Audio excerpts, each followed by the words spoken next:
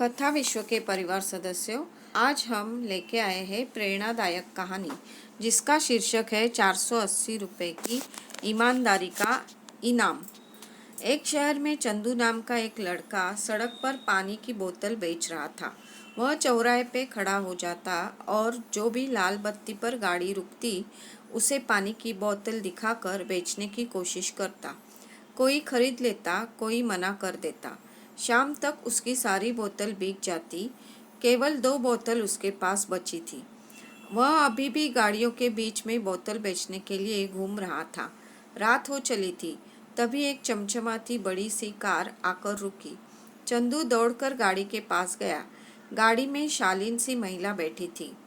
उन्होंने चंदू से बोतल ले ली और उसे पैसे दे दिए, लेकिन पैसे खुले न होने के कारण चंदू इधर उधर भागता रहा कि कहीं से 500 रुपये के खुले मिल जाए, लेकिन पैसे न मिल सके।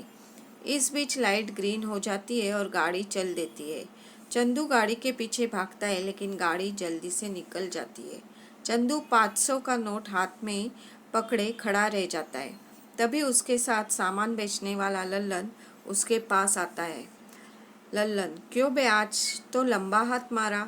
चल पार्टी दे दे, कम से कम एक चाय तो पिला दे। चंदू, इसमें सिर्फ 20 रुपये मेरे हैं, बाकी के वापस करने थे। कभी ये गाड़ी दोबारा दिखेगी तो वापस कर दूंगा। लल्लन, अब ये पागल है क्या? कोई पैसे वापस करता है और जिन्हें तू वापस करने की सोच रहा है उन्हें याद भी है कि नहीं क्या पता। लेकिन चंदू नहीं मानता। वह पानी की एक बची बोतल को अपने थर्माकोल के डिब्बे में डालकर घर की ओर चल देता। घर पहुंचकर देखता है उसकी माँ यशोमती भी काम से वापस आ चुकी थी। यशोमती घरों में काम करती थी। चंदू, माँ, आज एक गाड़ी वाले ने 500 का नोट दिया। नवनीत, इससे पहले मैं पैसे वापस कर देता गाड़ी चल दी। यशोमती, कोई बात नहीं बेटा, कभी वो गाड़ी दिखे तो वापस कर देना। इसी तरह समय बीत गया। चंदू दिन भर पानी की बोतल बेचता था। एक दिन उसे वह गाड़ी नजर आई। वह दौड़कर गाड़ी के पास गया। औरत, नहीं बेटा, आज पानी नहीं चाहिए। मालकिन, मैं पानी की बात नहीं कर रहा। उस दिन आपके पैसे रह गए थे। ये लो 480 रुपये। कौन से पैसे? उस दिन आपने पानी की बोतल ली। खुले पैसे मैं लाने गया, तब तक आपकी गाड़ी चल गई। यह कहते हुए चंदू ने जल्दी से जेब से पैसे निकालकर उन्हें पकड़ा दिए। औरत, ड्राइवर, गाड़ी साइड में लगाओ। बेटा, साइड में चलकर बात करते हैं। गाड़ी से उतरकर उस औरत ने चंदू से पूछा, बेटा, तुम चाहते हो तो ये पैसे रख सकते थे, इन्हें वापस करने की क्या ज़रूरत थी? चंदू, मालकिन, हम अपनी मेहनत का खाते हैं। इसमें केवल 20 रुपये मेरे थे, वो मैंने ले लिए। शीतल, चलो अब ये पैसे मैं तुम्हें दे रही हूँ, ये रख लो। चंदू, नहीं, ये मैं नहीं रख सकता, माँ ने मना किया है। चंदू की बात सुनकर शीतल जी सोच रही थी कि इतनी गर्मी में पूरे दिन मेहनत करके भी नवनीत इस लड़के में कितनी ईमानदारी भरी है। शीतल, बेटा, तुम कहाँ रहते हो? चंदू, वो सामने सड़क के पीछे कुछ झुग्गियाँ दिखाई दे रही है, वहीं हम रहते हैं। शीतल जी ने कई बार पैसे देने की कोशिश की, लेकिन चंदू ने पैसे नहीं लिए। फिर शीतल ने अपनी गाड़ी में बैठकर चल गई। चंदू के चेहरे पर एक संतोष का भाव था। उसने सारी बात अपनी माँ को बताई। यह सुनकर उसकी माँ बहुत खुश हुई। तब से जब भी शीतल जी वहाँ से गुजरती है, चंदू से 2 या 3 पानी की बोतल लेती जिसकी उससे मदद हो सके। इस तरह समय बीत रहा था। कुछ दिन बाद शीतल उधर से गुजरी तो चंदू कहीं दिखाई नहीं दिया। जब कई दिनों तक चंदू नहीं दिखा तो शीतल ने एक दिन लल्लन को इशारे से बुलाया। लल्लन, मालकिन, पानी चाहिए क्या? शीतल, वो चंदू कहाँ नजर नहीं आ रहा है। लल्लन, उसके साथ बहुत बुरा हुआ, उसकी माँ मर गई। उसके मरने के बाद यहाँ के गुंडों ने उसकी झुग्गी पर कब्जा करके उसे भगा दिया। शीतल, लेकिन अब वो कहाँ मिलेगा?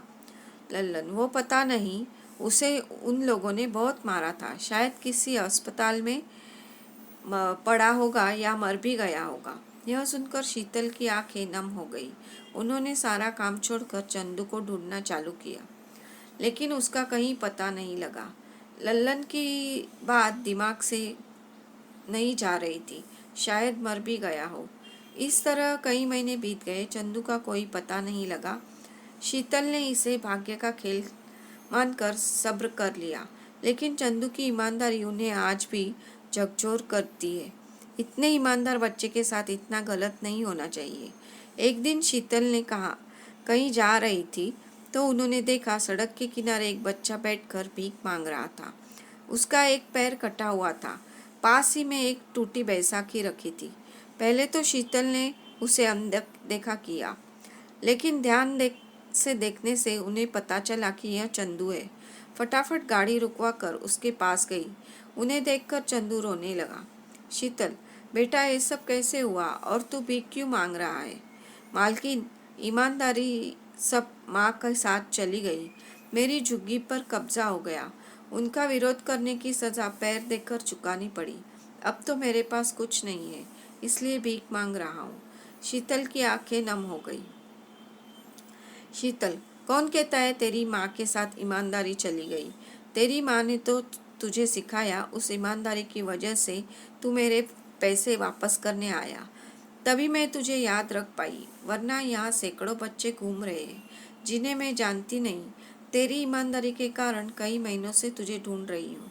उनकी बात सुनकर चंदू सिर्फ रो रहा था। हंसता हंसता मुस्कुराता बच्चा अब जिंदगी से मायूस और निराश दिख रहा था। शीतल ने उसे अपने घर ले जाने का फैसला किया। उसे न केवल अपने घर में रखा, बल्कि उसके लिए एक पैर भी बनवाया। अब चंदू भी और बच्चों की तरह चल सकता था। चंदू को उन्होंने अपना बेटा बना लिया। अब वो स्कूल जाता था। एक दिन उसी चौराहा पर शीतल की गाड़ी रुकी। तभी लल्लन दौड़ा हुआ पानी की बोतल लेकर आया। पास में बैठे चंदू को देखकर वह चौंक गया। चंदू कार से उतरा और लल्लन को गले लगाया।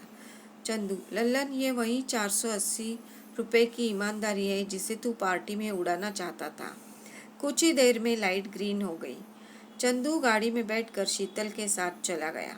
दोस्तों, कैसी लगी कहानी हमें कमेंट करके बताएं और चैनल को सब्सक्राइब करें। घंटी का बटन ज़रूर दबाएं ताकि ऐसी ही मज़ेदार कहानी आप तक पहुंच सके। धन्यवाद।